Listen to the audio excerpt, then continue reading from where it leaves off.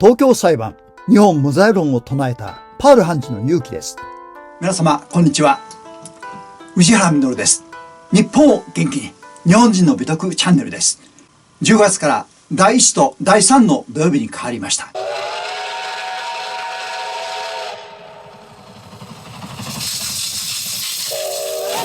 暴走する機関車に一人立ちはだかった人がいます。それが東京裁判という前代未聞の裁判に立ち向かったパール判事です。彼は一人日本無罪論を唱え、無謀な裁判を根底から否定したのです。裁判後間もなく彼の主張の正しさが世界中から認められ、戦勝国の復讐裁判を世界は非難しました。東京裁判の本質を知ったからです。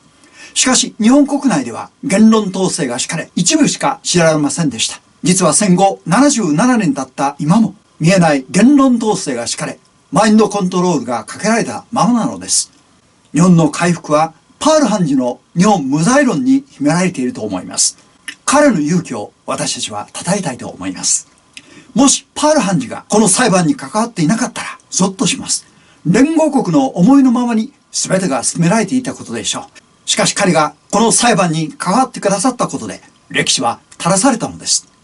1、東京裁判後の1952年4月28日、日本国との平和条約、サンフランシスコ平和条約が発効し、日本の主権が回復した日を待って、パール判事の日本無罪論が発行されました。東京裁判が不正であり、日本無罪論という彼の主張に日本人は勇気づけられ、日本でベストセラーとなりました。2、世界は東京裁判が戦勝国の都合によるいかに不当な復讐裁判であるかを知りました。3、処刑された7人は無罪との弁明を聞き、大いに慰められて処刑台に登った。言い換えれば、パール判事ただ一人の存在が被告人全てを無罪としました。それは暴走する機関車を阻むほどの凄まじい力でした。しかし、連合国は力でねじ伏せたのです。ここからは、パール判事の日本無罪論、田中正明著、小学館からも引用させていただきます。3つのポイントでお話しいたします。1つ目、パール判事の生い立ちと経歴。2つ目、パール判事の主張。3つ目、パール判事のエピソードです。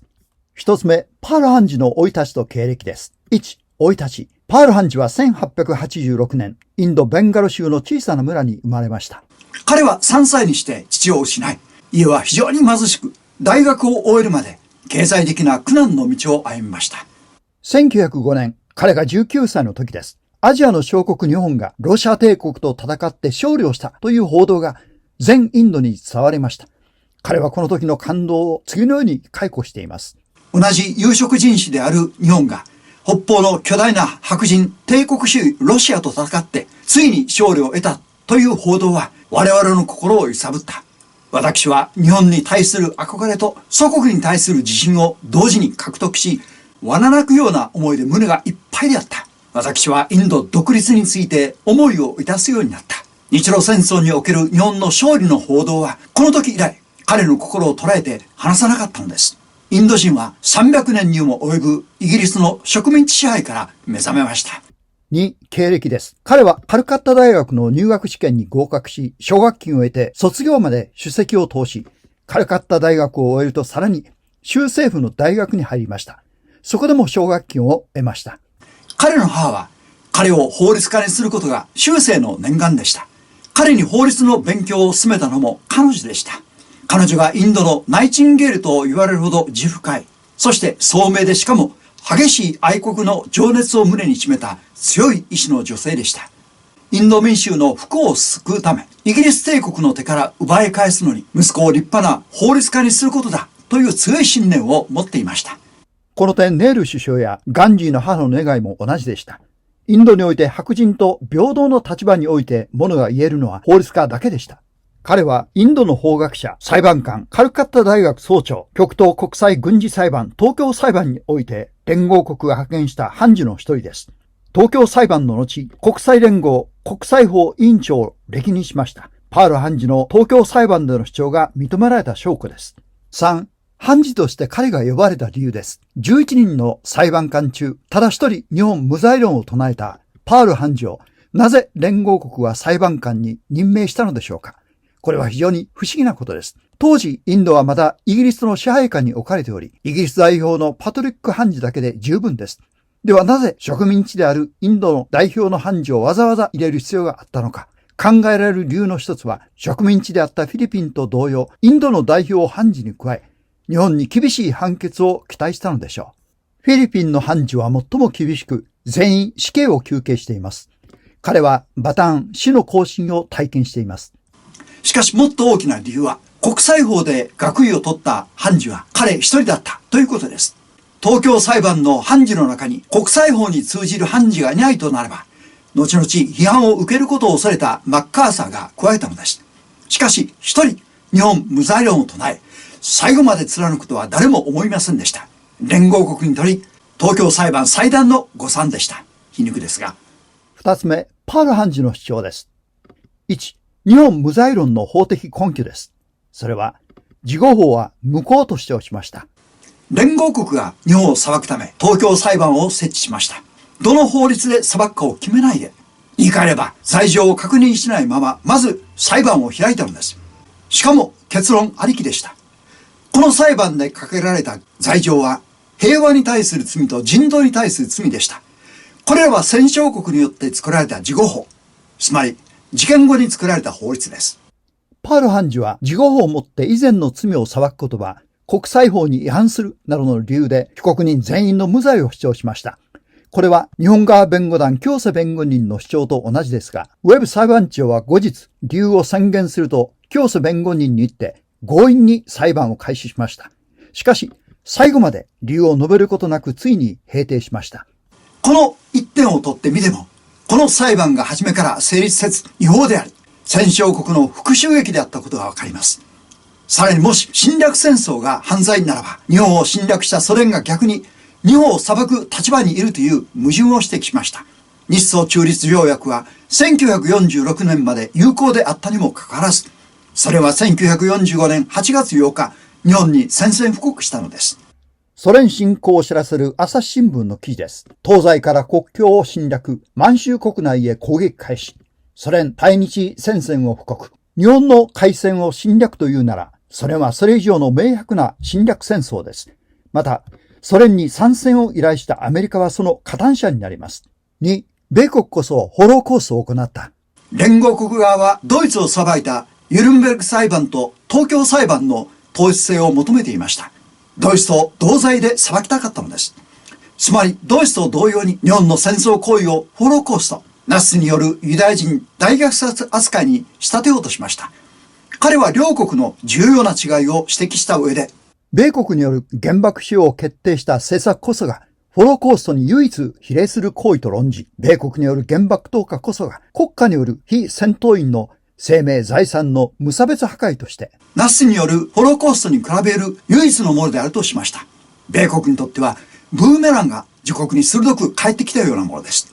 また、戦争の原因の一つとなった人種差別の問題に触れつつ、最初の原子爆弾の実験台として、決して米英は白人国家を選ぶようなことはしなかったであろう。と述べました。欧米の身勝手な論理を日本にも押し付けていることに義憤が爆発したのです。欧米諸国の白人至上主義という欺瞞を徹底的につきました。彼は後に述べているように、決して日本に同情したのではなく、あくまで法の正義を貫いたのです。3、欧米こそ侵略国家。中央がウェブ裁判長。左がパウル判事です。パウル判事はこう述べています。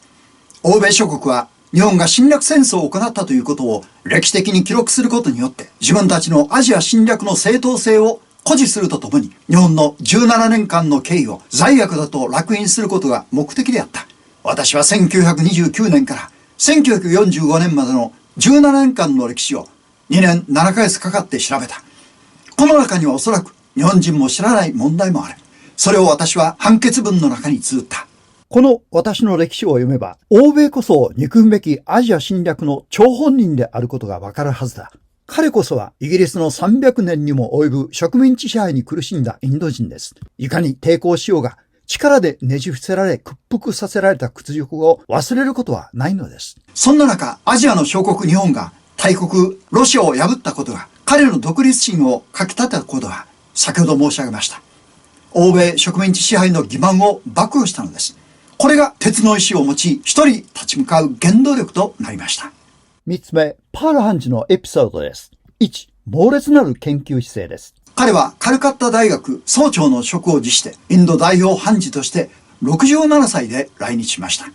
着任してわずか2ヶ月で他の10人の判事と相談するに足りない、つまり意味がないと悟りや、彼と一切の交渉を立って帝国ホテルの自室にこもりました。彼らが観光旅行や宴会にあるとき、博士は部屋にこもったまま調査と著述に専念しました。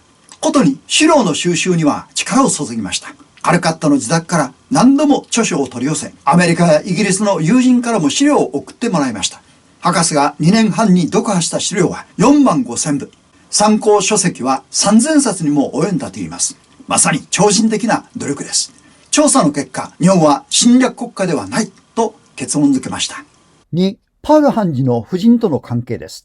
判決もいよいよ決心に近づいた1948年8月、博士は夫人既得との電報を受け、急遽インドに帰りました。